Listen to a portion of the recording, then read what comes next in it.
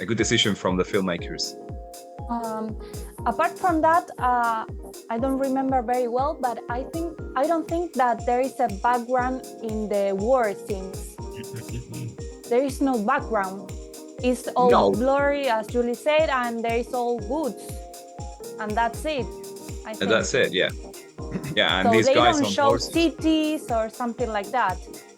What do you think is that? I mean, Rocio, you're saying that there is no background. But wasn't that important for the development of the plot? I don't think so, because the main theme is family. Yeah. Belonging to the family. So I think the background or how they got there is irrelevant, because the main theme is just